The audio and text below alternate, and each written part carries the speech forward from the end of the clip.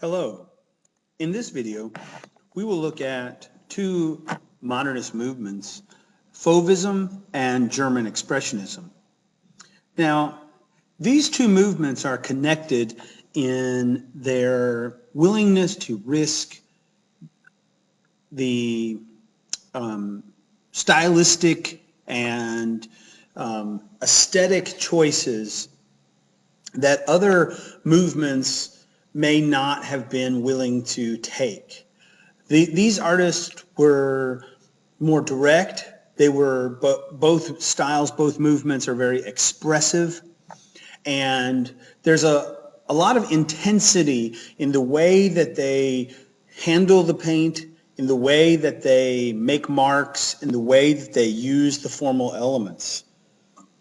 In previous lecture, we discussed how the goal of modernism was to create a new visual language.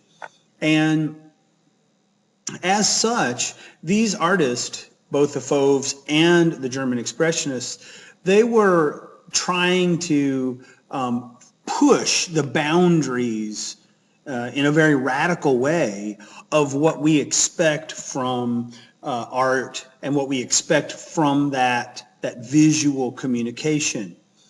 To the point where both movements were dubbed as extreme in their own way. And we'll see that in the imagery and in the way that they handle their subject matter. Now we're going to begin with the Fauves. And the Fauves were a group of artists. In fact, Fauve is a colloquial term that translates loosely in French to wild beast. And they were seen as wild beasts because of the way that they didn't follow kind of the preconceived notions and rules that were set forth in previous generations of more academic and classical art.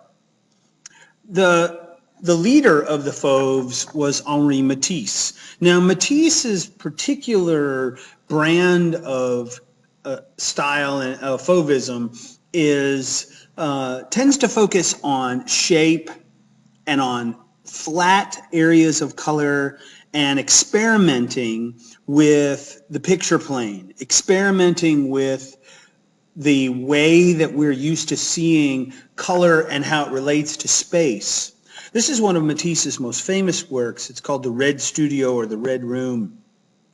And in it, we see what should be, and what Matisse was willing and able to do with his use of the pattern and how it flows from the wall to the tabletop. It creates this very flattened space. And then the figure, how it's in silhouette and the torso is flat and all the colors are very flat. It is an abstraction that is simplified, and it over exaggerates that simplification.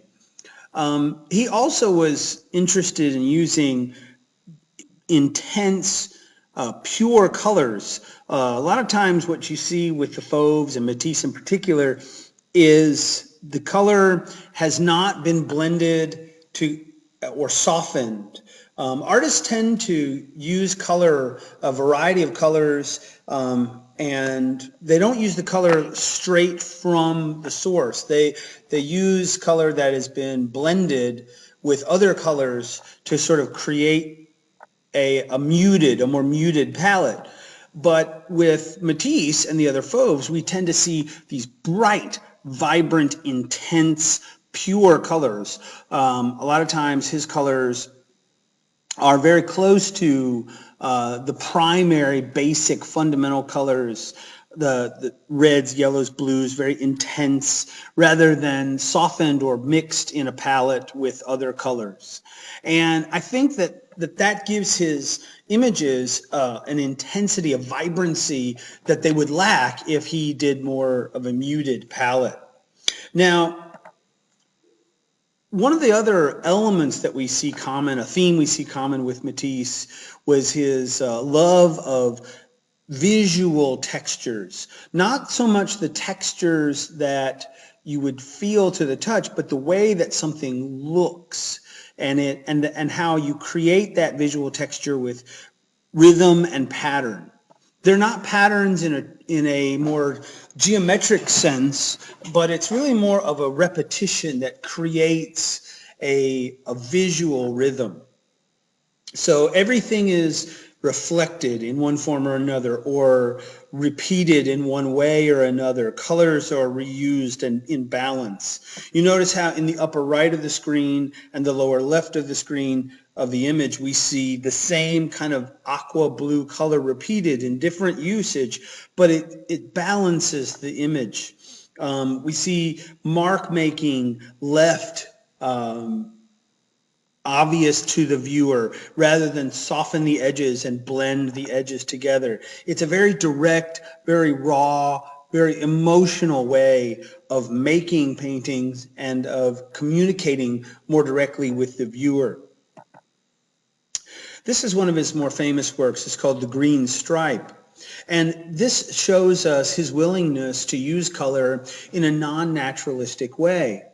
So this figure has this very distinctive coloration, which we know is not natural, and yet it seems and feels true and honest to the image.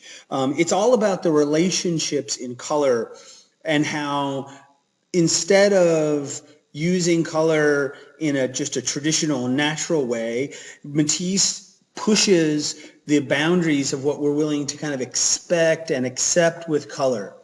And as such, he's very influential on generations of painters to come, known as color theorists or color field painters of the 40s, 50s, and 60s. And we'll see how they will follow his experiments with color and how those relationships that we talked about in the developing the visual language, that they can be communicated through color. The subject matters are still recognizable, so it's not quite as far across that spectrum of abstraction, and yet it's clearly not a goal of realism.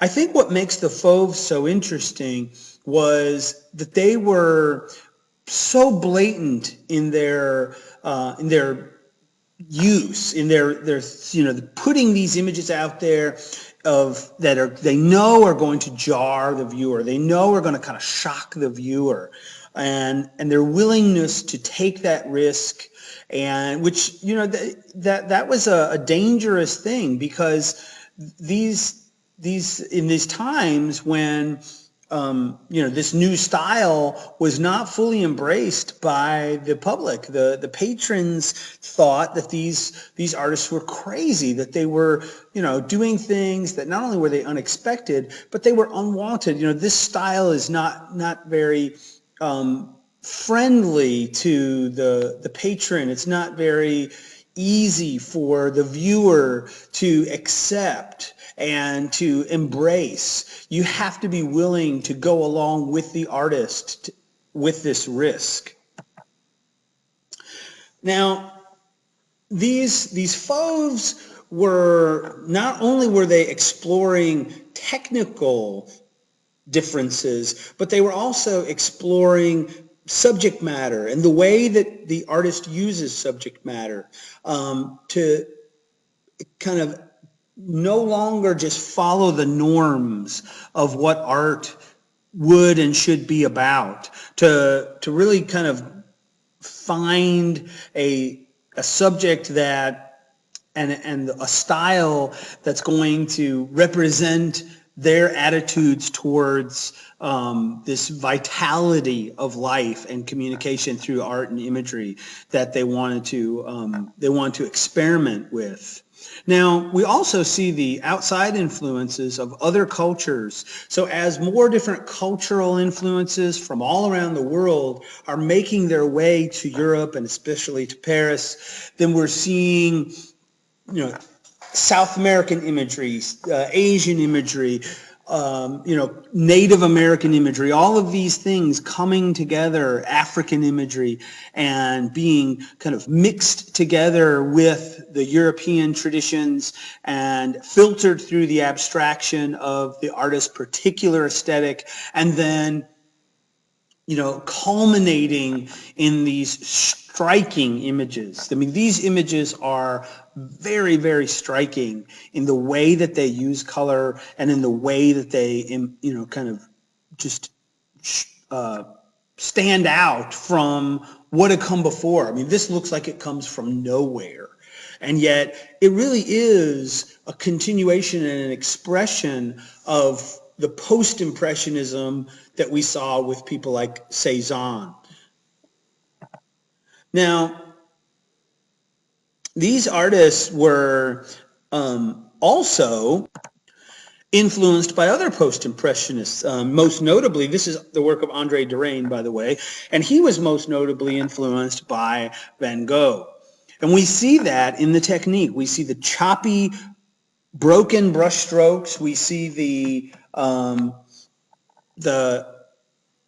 willingness to kind of have a very active surface. The painting itself, it doesn't seem static. It seems like the painting is really a record of his activity of painting. And we see the use of water and reflected light and color. So this is all kind of the culmination of the ideas of Impressionism and Post-Impressionism, but then now making something new. Now, Derain's style is very interesting because he takes and divides his picture plane, his canvas, along pretty standard kind of compositional techniques. About a third of the way down, we have the horizon, and then there's pretty standard use of scale and proportion, but it's really the color that is so dramatically affected. His works are very interesting in the way that he breaks apart these forms, the Charing Cross Bridge, which he painted many times. He was enamored with this bridge and the water and the boats and the backdrop. We see they become kind of broken apart, almost in a slightly cubist way, but it's really more of a colorist cubism. And in such, it's sort of synthetic. He's synthesizing lots of different pieces together to create this very unique style. And that's ultimately what's happening, is that each artist, because they feel freedom to kind of do what they feel led to call to follow that individual passion, we get more of a variety in these modernist styles. Now, for the German Expressionists, it's called German Expressionism. It's led mostly in Munich, but in other German cities.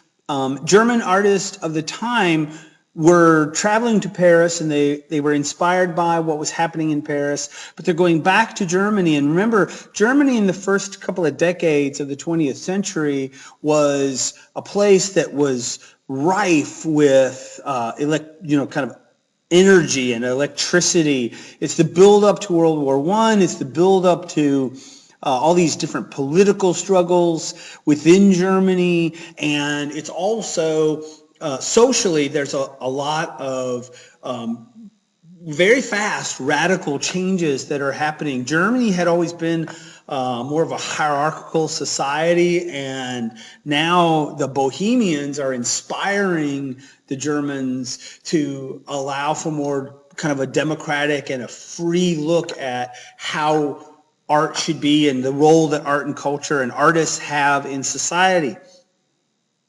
There are several German Expressionists. It's a wide group. It's a large group, too. The leaders tended to be people like Wassily Kandinsky, who we see here, Ernst Ludwig Kirchner, Käthe Kollwitz. That's another thing. The Germans, where we still in France don't see very many female artists, if any, the Germans were the first to kind of have artist training and artist studios that allowed women to not only be trained, but to display their works and to exhibit their works. Now, Kandinsky, for his part, his particular brand of German Expressionism is inspired heavily by music. One of the modernist music movements of the time was to create compositions that were not as constrained by the typical viewpoints of music, to try and create a music that that didn't follow those same preconceived notions in classical music that we've seen before. And so he's inspired by how these musicians are approaching music, that it doesn't have to follow rhythmic patterns, it doesn't have to follow tonality patterns that we're used to seeing in music. And so what Kandinsky does is he does the same thing. His works don't follow those same typical patterns. A lot of people see them as landscapes, but he really doesn't see it that way. To him, it's pure abstraction. It's just line, shape, color. It's not intended to be anything else. And as such, he identified them just as compositions, because he really just wanted people to see them purely as abstractions. Now, the works are interesting in another way, the way that he uses color. He allowed much more of his canvas to simply be raw and unfinished. And that was almost unheard of. To unfinish a canvas or to leave elements unpainted would, generally have been considered as something that artists just didn't do. That you didn't leave the painting unpainted. That you didn't leave the canvas raw. But for him, he saw this as a way to focus the attention of the viewer on the mark making. So if he doesn't bother to cover elements that are unimportant. If he didn't need to make the mark, why bother covering the canvas with paint just to simply cover it? Now, complexity and detail are not they're not only the elements that we see in realism. They're not only in realism. You can have an abstraction that is very, very complex compositionally. You can have an abstract image that is very, very detailed. And I think that what Kandinsky was experimenting with was what makes and engages the eye and mind of the viewer directly, rather than through some sort of connotation or denotation, rather than through an illusion. Engage the viewer's mind directly through those fundamental elements of art, through just line and color, through just shape, through just pattern, then that's going to elicit a response. Now, the artist might feel less of a control of the response, but that doesn't mean that the response is any less valid. So he wants you to have a reaction, to feel and think something about the work, but he's not telling you what that should be. Kandinsky's work is difficult for some, and as are others of the Fauves and German Expressionists. They see it as not having meaning because there's no legitimate connection to the subject matter. What subject matter there is unimportant. What's really important is just the way that he's stylized and over-stylized whatever subject has inspired it. Marc Chagall is another of these expressionists, and his particular brand of expressionism has these strong, dramatic lines, and the way that the lines slash across the canvas, and the way that they intersect, and those intersections are what make the image so dynamic and so interesting. Again, complexity. This is an incredibly complicated painting, and yet its color is strong and vibrant, but not realistic. While a lot of people see certain things, see animal forms in his works, and those are probably where he starts, it's not about those animal forms. They're simply a vehicle to get to this stylistic look of his work. He painted horses a lot. He loved horses. He loved landscapes. And this is about as pastoral as he gets. But I think in his own way, what Chagall's showing us is that these works are, and Franz Marc is showing us, is that these works are so strongly associated with his style that no matter what the subject is, he can associate that, he can change it and alter it. So we don't expect realism. We don't connect it to those traditions of art. And this is Marc's most famous work. It's Blue Horses. And it's a really dramatic and interesting work because we're so used to seeing things in terms of perspective, in terms of form and the illusion of form, that even the suggestion, a subtle suggestion of dark and modeling leads us to make these visual assumptions, right? So,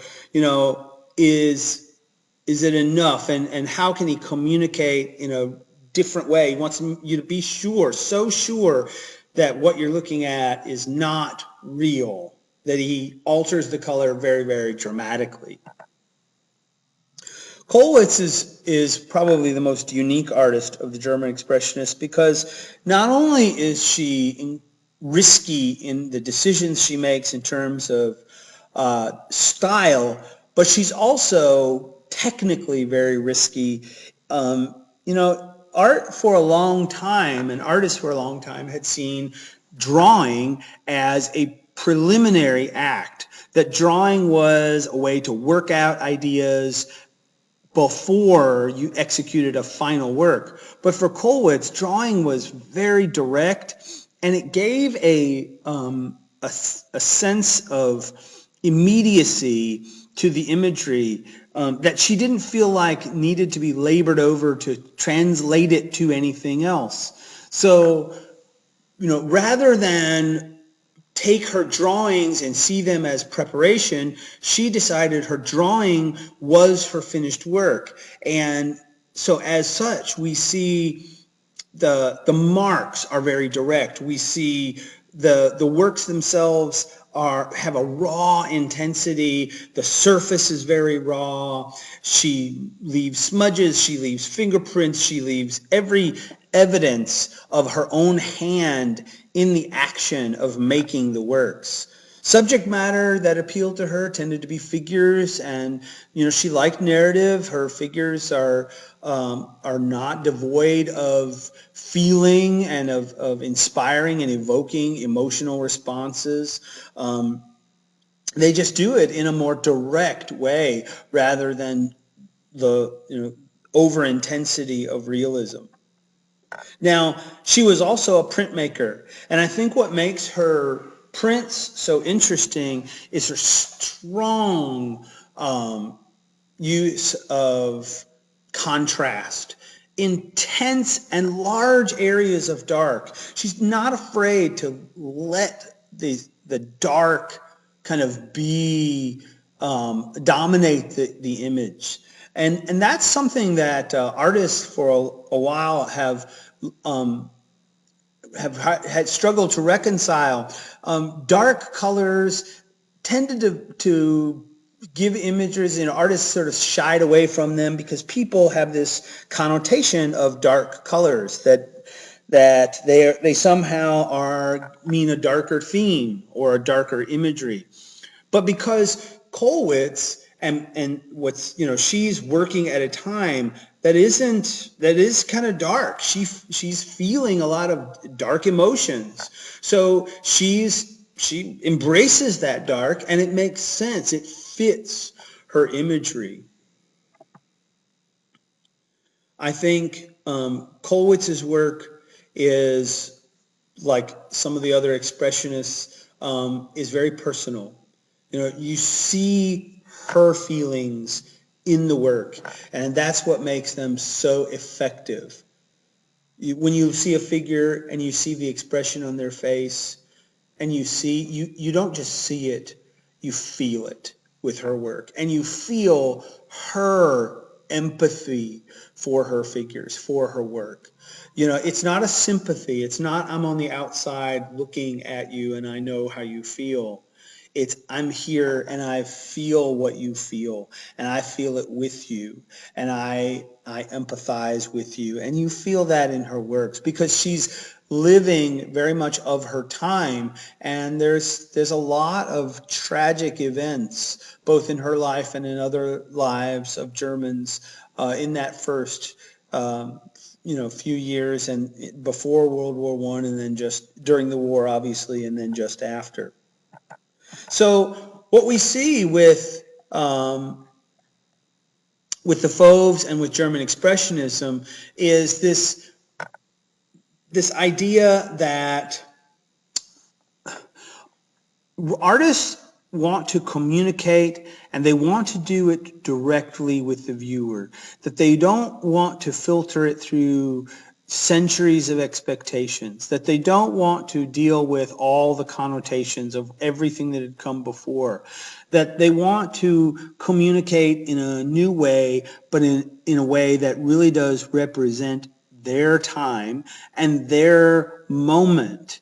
This is not an art that could or would be made by anyone else, for anyone else, at another time. It's of these people and for these people and of their time. And so, you know, in that way, it's not it's more experiential. They saw the connection between the artist and the viewer through the work, not trying to make something that connects to all of history, but connect to these viewers right now. We'll see how other examples of modernism change and other experiments affect the overall style of modernism.